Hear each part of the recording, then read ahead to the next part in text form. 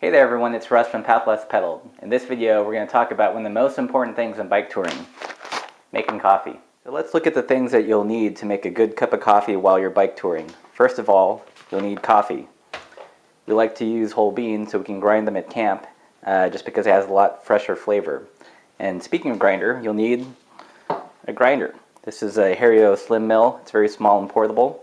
And our favorite way of making coffee at the moment is with the GSI H2 Joe, and of course you'll need something to drink the coffee out of, and we like the Klean Kanteen. As much as we love our mugs, it's not something we generally bring with us.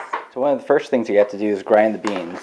So taking the Hario Slim Mill, and you just put your favorite beans right there. Put the little cap on for the hopper, and grind away. You want to keep grinding until you have about that much coffee. There's numbers here, so it's about 1.5 cups, and then we find that makes a pretty good 12-ounce brew. So then you take your GSI H2 Joe and your Klean Kanteen.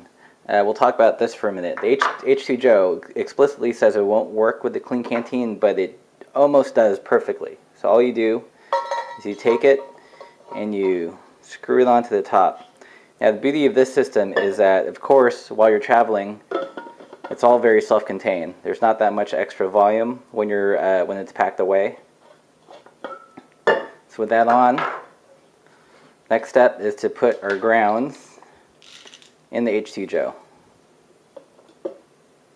So after we've put the grounds in the H2 Joe, you want to make sure everything fits as well as it possibly can. Again, GSI explicitly says it doesn't work with the Klean Kanteen, but it's a pretty good fit. But just to double check, just to make sure it's on there pretty well. Once that's there, then you take your water that's been boiling, and you pour it right into the basket over the grounds. After that, take the cap, and again, very carefully screw it on as well as you can. There's going to be just a little bit of leakage just because it's not a perfect fit, but it's close enough. At this point, the brewing starts, and I usually like to time it for about 4 minutes. Instructions recommend laying it on its side and kind of slowly moving it back and forth over that 4-minute span. So here we are at the 4-minute mark. It should be done brewing. So just slowly unscrew it. You'll hear a little air pop out.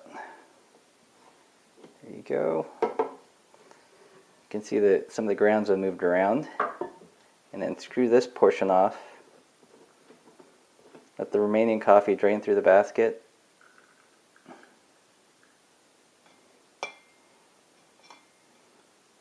Set this aside. There you go. A nice cup of coffee.